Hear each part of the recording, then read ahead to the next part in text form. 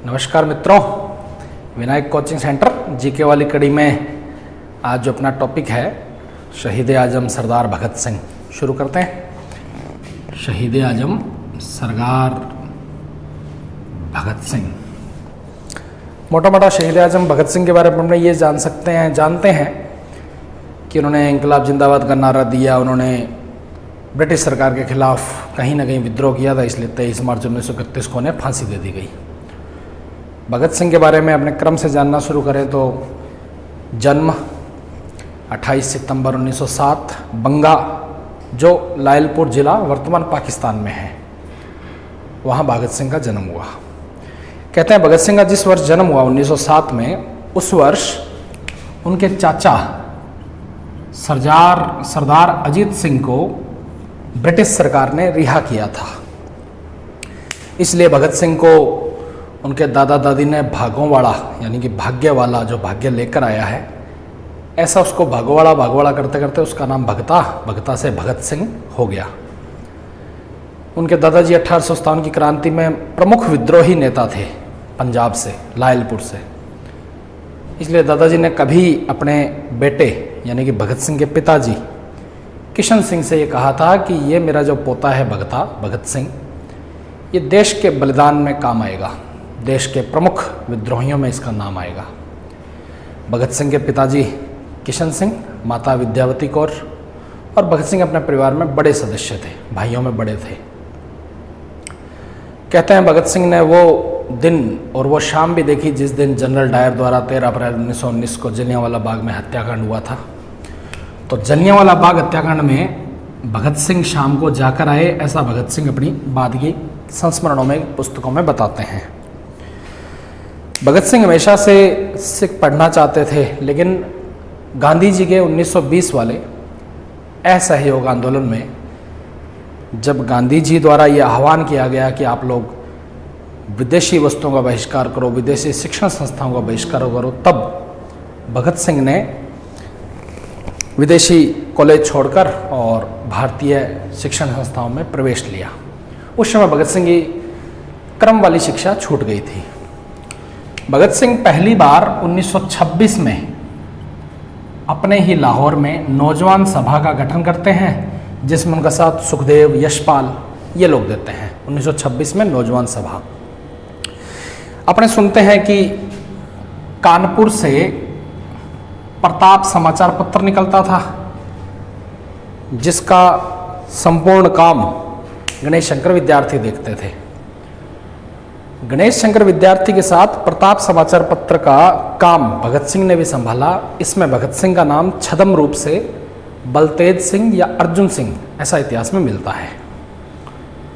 प्रताप समाचार पत्र में कार्य करते हुए वो कानपुर में चंद्रशेखर आजाद के सहयोगी बने और अपने जगह पढ़ते हैं कि वर्ष 1928 में भगत सिंह, चंद्रशेखर आजाद, सुखदेव, राजगुरु, यशपाल, इन लोगों ने मिलकर, इन क्रांतिकारियों ने मिलकर HSRA Hindustan socialist Republican association की स्थापना की। बाद में इस क्रांतिकारी दल के प्रमुख अग्रणी नेता लाला लाजपत राय जब साइमन आयोग का बहिष्कार कर रहे थे, साइमन आयोग जो 1927 में बना, 1928 में भारत आया, जिसका पहला आगमन बम्बई से दिल्ली से जब लाहौर गया तो इसका सर्वाधिक विरोध पंजाब में हुआ। साइमन आयोग का पंजाब में, लाहौर में इसका सर्वाधिक विरोध हुआ। उसके नेताजी थे लाला लाजपत राय। लाहौर का पुलिस अधीक्षक था स्कॉट, तो स्कॉट ने लाला लाजपत राय पर लाठीचार्ज करवाया।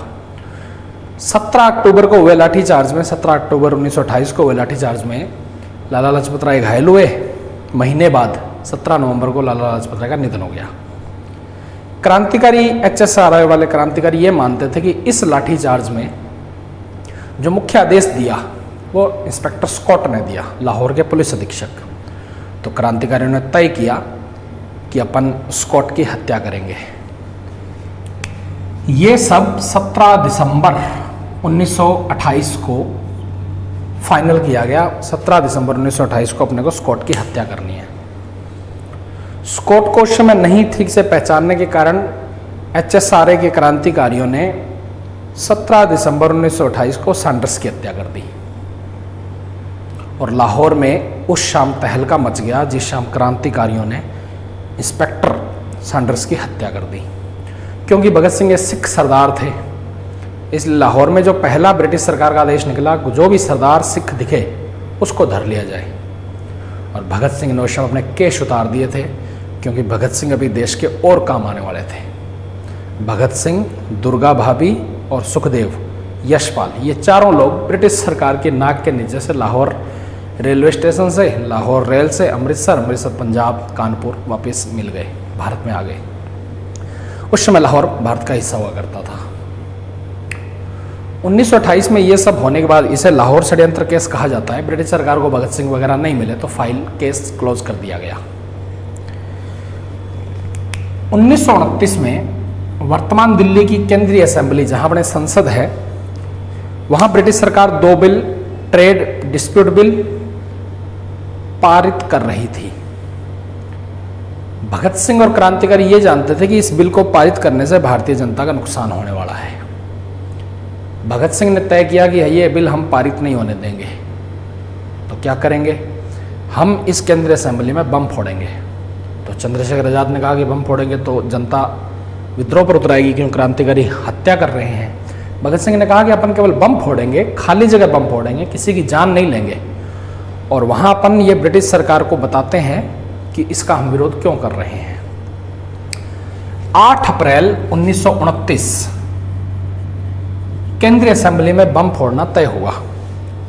भगत सिंह ने कहा कि यह काम मुख्य रूप से मैं करूंगा। तो आजाद ने मना किया था कि भगत सिंह जैसा शिक्षित जागरूक क्रांतिकारी एक बार गिरफ्तार नहीं होना चाहिए। लेकिन भगत सिंह ने कहा कि मैं गिरफ्तार होऊंगा, मैं शिक्षित हूं, इसलिए ब्रिटिश सरकार से ठीक से बात कर पाऊंगा। हम क्रांतिकारियों के मन में क्या है ये हमें ब्रिटिश सरकार को बताना पड़ेगा, जनता को बताना पड़ेगा।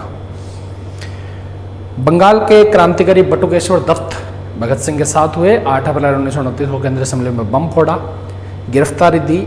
यहीं पर एक नारा भगत सिंह का, इंकलाब जिंदाबाद, यानी कि क्रांति की जय हो, ये बोला गया। और ये ध्यान रखें, इतिहास की दृष्टि से इंकलाब जिंदाबाद का नारा पहली बार यहीं प्रयोग हुआ 8 अप्रैल 1929 को। इस नारे को रचा मोहम्मद इकबाल ने था, जिन्होंने सारे जहां से अच्छा हिंदुस्तान हमारा तराना लिखा था। सुभाष चंद्र बोस ने बाद में कहा कि इंकलाब जिंदाबाद और भगत सिंह जिंदाबाद एक ही अर्थ है। 8 अप्रैल 1929 को गिरफ्तारी हुई और गिरफ्तारी हुई केंद्रीय असेंबली में बम फोड़ने के कारण। सजा मिल नहीं सकती थी क्योंकि उस बम कांड में किसी की हत्या नहीं हुई, लेकिन क्योंकि आपने अशांति फैलाई है इसलिए बटुकेश्वर दत्त को गिरफ्तार किया गया, भगत सिंह को भी गिरफ्तार किया गया। और बाद में भगत सिंह को गिरफ्तार किया तो ब्रिटिश सरकार को पता चला लाहौर जो षड्यंत्र केस है उसका जो मुख्य आरोपी है सरदार भगत सिंह, ये वही भगत सिंह है। फाइल रीओपन हुई, केस रीओपन हुआ और भगत सिंह पर मुकदमा चला लाहौर षड्यंत्र केस 17 दिसंबर 1928 वाला, सैंडर्स को मारने वाला। उसी के अपराध में 24 मार्च 1931 को भगत सिंह, सुखदेव, राजगुरु को फांसी का दिन मुकर्रर हुआ, तय हुआ। लेकिन लाहौर पंजाब की जनता द्वारा उग्र विरोध करने पर ब्रिटिश सरकार को पता लगा कि अगर 24 मार्च तक इंतजार करेंगे तो जनता जेल बैरक्स तोड़ देंगी। तो ब्रिटिश सरकार द्वारा 23 मार्च 1931 की शाम को 7:33 पर ही शहीद आजम भगत सिंह, सुखदेव, राजगुरु को फांसी दे दी गई। और ब्रिटिश सरकार की निर्लज्जता, बेशर्मी देखिए, न केवल जल्दी जल्दी में फांसी हुई, फांसी देने के बाद शवों को नीचे उतारा गया, उनको कुल्हाड़ी से काट दिया गया ताकि शव जनता के हाथ नहीं लगे। जो शव पार्ट्स कुल्हाड़ी से काट दिए गए छोटे छोटे, उनको जल्दी से जल्दी जलाया गया। कुछ को सतलुज नदी फिरोजपुर जिले में बहा दिया गया। उस समय जब जनता लाहौर जेल तोड़कर अंदर घुसी, पता लगा कि भगत सिंह, सुखदेव, राजगुरु की लाशें तक नहीं मिली है। तो भगत सिंह के माँ, पिता, परिवार के अन्य सदस्य रो उठे कि भगत सिंह का शव हमें नहीं दिया गया, हम किस पर रोएं। भगत सिंह के संस्मरणों में आता है कि भगत सिंह की जेल के सामने वाली बैरक में जो एक कैदी रहता था, गुरचरण सिंह, उसने एक बार भगत सिंह से पूछा, क्या तुम भगवान, खुदा, अल्लाह, वाहिगुरु को मानते हो? तो उसने कहा नहीं, बचपन से ही नहीं। तो गुरचरण सिंह ने इसका विरोध किया कि अब तो फांसी होने वाली है, अब तो भगवान वाहिगुरु को याद करना चाहिए। तो भगत सिंह उस समय किताब लिखते हैं, मैं नास्तिक क्यों हूँ। कभी अपने को समय मिले तो ये किताब जरूर पढ़नी चाहिए। मैं नास्तिक हूँ। भगत सिंह के ठीक से सही से क्रांतिकारी सामाजिक विचार इसमें मिलते हैं। भगत सिंह के संस्मरण में आता है कि भगत सिंह की माँ विद्यावती कौर जब भगत सिंह से मिलने लाहौर जेल आई, फांसी में कुछ ही दिन बचे थे, तो माँ रो पड़ी। स्वाभाविक है, परिवार के बड़े बेटे को फांसी हो रही है, 24 साल का युवक।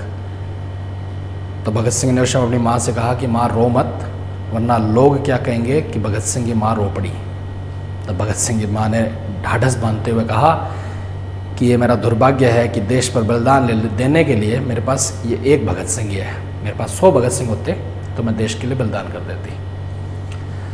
इसलिए एक तो जब भी भगत सिंह का जन्म दिवस, भगत सिंह की शहादत दिवस आए, उसमें अपने को ये अधिकतम प्रयास करना चाहिए कि भगत सिंह के बारे में अधिक से अधिक साहित्य पढ़ें, भगत सिंह के विचारों को जान सकें।